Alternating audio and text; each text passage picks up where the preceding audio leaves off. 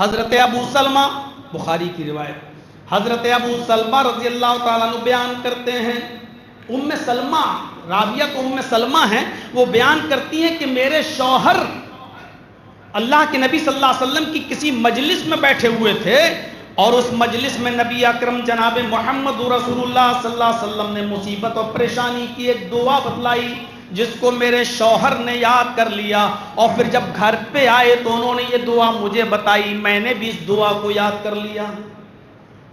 ام سلمہ کہتی ہیں کہ میرے شوہر جب ابو سلمہ نبی اکرم کی مجلس میں بیٹھے ہوئے تھے، نبی اکرم صلی اللہ علیہ وسلم نے مصیبت کی اور غم کی ایک دعا بتائی کہ لوگوں جب تمہارے اوپر مصیبت آئے، غم کا پہاڑ ٹوٹ جائے تو تم یہ دعا پڑھا کرو، انا للہ و انا الیہ راجعون، اور اس کے بعد ایک جملہ اور، اللہم اجرنی فی مصیبتی واخلف لی خیرا منہا۔ انا للہ و انا الیہ راجعون، ہم سب اللہ ہی کی طرف سے ہیں اور اسی کی طرف پلٹ کر جانا ہے۔ اور اس کے بعد اللہم اجرنی فی مصیبتی، اے اللہ میرے اوپر جو یہ مصیبت کا پہاڑ ٹوٹا ہے اس میں تو مجھے بہترین اجر عطا فرما، واخلف لی خیرا منہا، اور مجھے اس سے بہتر چیز عطا فرما جو تو نے مجھ سے چھینی ہے، جو تو نے مجھ سے چیز چھینی ہے اس سے بہتر چیز تو مجھے عطا فرما۔ ام سلمہ کہتی ہیں کہ جب لیٹ ہو کر دیر سے تاخیر سے میرے شوہر گھر پہ آئے تو میں نے پوچھا آج اتنی تاخیر کیسے ہو گئی؟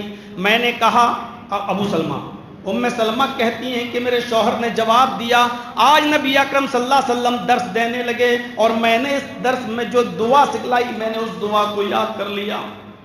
ام سلمہ کہتی ہیں کہ وہ دعا ہمیں نہیں بتائیں گے جو اللہ کے رسول نے آپ سب مردوں کو بتائی ہے؟ تو ابو سلمہ نے کہا کیوں نہیں، وہ دعا بتائی، انا للہ و انا الیہ راجعون، اللہم اجرنی فی مصیبتی واخلف لی خیرا منہا۔ ام سلمہ کہتی ہیں میں نے اس دعا کو یاد کر لیا، پھر کچھ عرصہ گزر گیا اور ایک دن مصیبت کا پہاڑ میرے اوپر ہی ٹوٹ گیا۔ میرے شوہر کسی سفر میں گئے ہوئے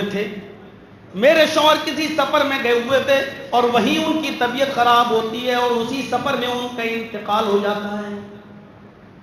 انتقال کی خبر جب مجھ تک پہنچی، غم کا یہ پہاڑ جب میرے اوپر ٹوٹا اور میں نے اپنے شوہر کے انتقال کی جب خبر سنی تو میری زبان سے یہی جملہ نکلا، یہی دعا نکلی، انا للہ و انا الیہ راجعون، اللہم اجرنی فی مصیبتی واخلف لی خیرا منہا۔ ام سلمہ کا بیان ہے، میرے شوہر کو لایا گیا، تجہیز و تکفین ہوئی، ان کو دفنا دیا گیا، میری عدت چلنے لگی، اور اس کے بعد جب بھی مجھے عدت کے دوران اپنے شوہر کی یاد آتی تو میں یہی دعا پڑھتی رہتی، انا للہ و انا الیہ راجعون، اللہم اجرنی فی مصیبتی واخلف لی خیرا منہا۔ کہتی ہیں کہ 2-3 مہینے کا عرصہ گزر گیا تو ایک دن اچانک میں سوچنے لگی بھلا ایسے کیسے ہو سکتا ہے؟ اے ام سلمہ تو کیا مانگتی ہے کہ ہم سب اللہ ہی کی ملکیت ہے اور اسی کی طرف پلٹ کر جانا ہے؟ اللہم اجرنی فی مصیبتی، میری مصیبت میں اللہ تو مجھے بہترین اجر عطا فرما، واخلف لی خیرا منہا، اور مجھے اس سے بہتر چیز عطا فرما جو تو نے مجھ سے چھینی ہے۔ بھلا میرے شوہر سے بہتر میرے لیے کون ہو سکتا ہے؟ میں کیا مانگ رہی ہوں اللہ سے، میں کیا کہہ رہی ہوں اللہ سے کہ مجھے اس سے بہتر چیز عطا فرما جو تو نے مجھ سے چھینی ہے؟ بھلا ایسا بھی ہو سکتا ہے کہ مجھے میرے شوہر سے بہتر بھی کوئی چیز مل جائے؟ کہتی ہیں کہ میرے دل میں یہ خیال تو آیا لیکن میں دعا مانگتی رہی، کیونکہ یہ دعا جناب محمد رسول اللہ صلی اللہ علیہ وسلم کی سکھائی ہوئی تھی، اس لیے میں پڑھتی رہی۔ جب میری عدت کے ایام پورے ہوئے 4 مہینے 10 دن، جب میری عدت کے ایام پورے ہوئے تو ایک دن جناب محمد رسول اللہ صلی اللہ علیہ وسلم میرے گھر پہ تشریف لائے اور دروازے کو دستک دی۔ اس وقت میں چمڑے کو دباغت دے رہی تھی، اس وقت میں کسی حلال جانور کے چمڑے کو دباغت دے رہی تھی۔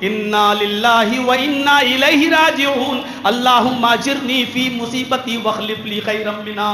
کہتی ہیں کہ اب مجھے سمجھ میں آیا کہ اللہ رب کے نبی نے یہ دعا جو بتلائی ہے اس دعا کی قبولیت یہ ہے کہ اللہ نے اگر مجھ سے میرا شوہر چھینا، یقیناً وہ بہت اچھا شوہر تھا، لیکن میں نے جو دعا مانگی کہ اللہ جو چھینا اس سے بہتر عطا فرما، اللہ نے مجھے جناب محمد رسول اللہ کی شکل میں ان سے بہتر شوہر عطا فرما دیا.